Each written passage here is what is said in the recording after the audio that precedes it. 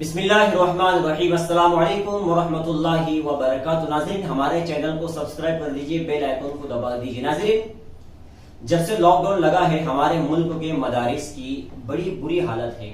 یوں سمجھے کہ بہت سے مدارس تو بند ہونے کی کگار پر آ گئے ہیں اور بند ہو سکتے، مگر ہم لوگوں نے اگر توجہ دے دی اور ہماری نظر مدارس کی طرف دوبارہ اس طریقے سے جو ہمیشہ ہم لوگ مدرسوں کا خیال رکھتے تھے، آج سخت ضرورت ہے کہ ہم مدرسے کی طرف توجہ اور دھیان دیں۔ آپ اس بات کو سمجھ لیں کہ ہمارے ملک میں مدارس کا وجود ایک بہت بڑی جدوجہد ہے اور مسلمانوں کی بقا کا بہت بڑا راستہ ہے۔ کیوں؟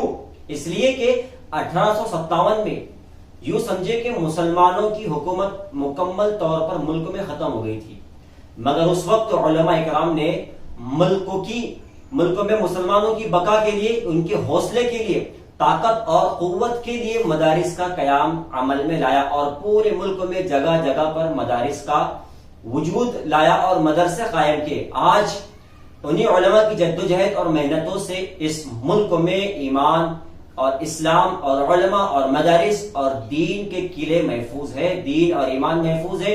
ہماری نسلوں میں ہم کو پڑھانے کے لیے علماء، حفاظ، امام مل رہے ہیں۔ یہ صرف مدرسے کے علماء کی محنت ہے۔ مگر آج ہم دیکھ رہے ہیں کہ لاک ڈاؤن لگ گیا، بہت سارے سفیر مدرسوں سے ایک دوسری جگہ پر نہیں آ رہے تھے۔ اب چونکہ لاک ڈاؤن تھوڑا کھلا ہے، پھر بھی وہ مسئلہ نہیں جو پہلے ہوتا تھا، تو آپ تمام سے میری درخواست ہے، گزارش ہے کہ ظاہر بات ہے کہ میں کوئی اتنا بڑا آدمی نہیں ہوں، لیکن پھر بھی میری چھوٹی کوشش ہے، میں یہ چاہتا ہوں کہ ہم لوگ جیسے مدرسے کا تعاون کرتے تھے، اس بار بھی جو لوگوں نے رمضان میں دیے اور جو باقی رہ گئے، ان سے میری گزارش ہے کہ مدرسے کا تعاون ضرور کرے، آن لائن رقم ان کو بھجوائے، یا پھر وہ سفیر اگر آتے ہیں، مدارس کے ذمہ دار اگر آتے ہیں تو ان کا ہم تعاون کریں۔ بزرگوں، ویسے تو لاک ڈاؤن میں جو روزگار ہے وہ بھی ختم ہو گئے، لوگ بھی کافی پریشان ہیں، مگر پھر بھی کسی نہ کسی درجے میں لوگ جو ہے کاروبار کر رہے ہیں اور الحمدللہ اللہ تبارک و تعالیٰ برکت دے رہا ہے۔ مگر مدرسے کا یہ حال تھا کہ مؤذنین، وہاں کے مدرسین، بالکل ان کے پاس اب کوئی راستہ ہی نہیں بچا تھا۔ اور ہم یہ نہ سمجھے کہ مدرسے اگر شروع نہیں ہے، بچے اگر نہیں ہیں، تو پھر زکوٰۃ کیوں دے مدرسے میں؟ آپ اس بات کو اپنے ذہن میں رکھیں کہ مدرسے پہلے ہی مقروض ہوتے ہیں، اور بہت سارے لوگ بیچارے ہوتے ہیں کہ چلو مدرسے کو قرض دے دیں گے، جب مدرسے والوں کے پاس قرض آئے گا وہ ہم کو واپس کر دیں گے۔ اور پھر مدرسے میں لائٹ بل کا مسئلہ، استادوں کی تنخواہ کا مسئلہ، پانی کا مسئلہ، بہت سارے مینٹیننس مدرسے کے ہوتے ہیں۔ تو یہ ہمارے لیے ضروری ہے، ہم یہ نہ کہیں کہ مدرسے بند ہے تو پھر ہم زکوٰۃ کیوں دیں؟ بھائی مدرسے میں یہ چیزیں لگتی ہے، استادوں کے سامنے بھی بہت بڑا مسئلہ ہے، وہ پریشان حال ہے۔ میں آپ کو ایک بتا دوں کہ مفتی یاسر ندیم واجدی، جنہوں نے پچھلے دنوں سوشل میڈیا پر ایک پیغام ڈالا کہ جو امام، علماء، حفاظ پریشان حال ہے، لاک ڈاؤن کی وجہ سے ان کے کاروبار، ان کی جو نوکری، جو پڑھانے کے جو مسئلے تھے وہ بند ہو چکے، وہ اپنی ضرورت بتائیں، فارم بھرے، انشاءاللہ ہم ان کو کچھ نہ کچھ مدد کریں گے۔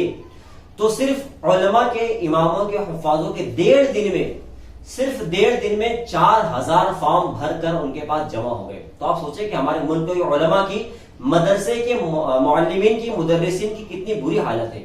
تو آپ سے گزارش ہے کہ ان کا تعاون کرتے جائے، ان کو جو بھی ہو سکے اللہ کے لیے دیتے جائے، یہ بیچارے خود تو اپنے لیے نہیں مانگتے۔ اور پھر آپ دیکھو کہ غیر محسوس طریقے سے کچھ لوگ سازشیں کر رہے ہیں کہ مدرسے سے، علماء سے عوام کا رشتہ توڑ دیا جائے، جیسے اسپین کے اندر ہوا۔ پہلے انہوں نے علماء سے اور مدرسے سے رشتہ توڑا، عوام کا، اور پھر وہاں پر کیا حالت ہوئی کہ 800 سالہ حکومت مسلمانوں کی ختم ہو گئی۔ 800 سالہ حکومت ہمارے ملکوں میں بھی 1857 میں مسلمانوں کی حکومت ختم ہوئی، اور ان کا، انگریزوں کا یہ بہت بڑا، یہ ان کی سازش تھی کہ بس کس طریقے سے مسلمانوں کے علماء کو، مدرسوں کو ٹارگٹ بنایا جائے اور ان کو ختم کیا جائے۔ تو میری آپ سے گزارش ہے کہ مدرسے کا خیال رکھیں، ان کا تعاون کریں، جیسے بھی ہو سکے۔ اللہ تبارک و تعالیٰ نے آپ کو جو مال دیا ہے، اللہ اس کا بہترین بدلہ آپ کو دنیا میں بھی اور آخرت میں بھی نصیب فرمائے۔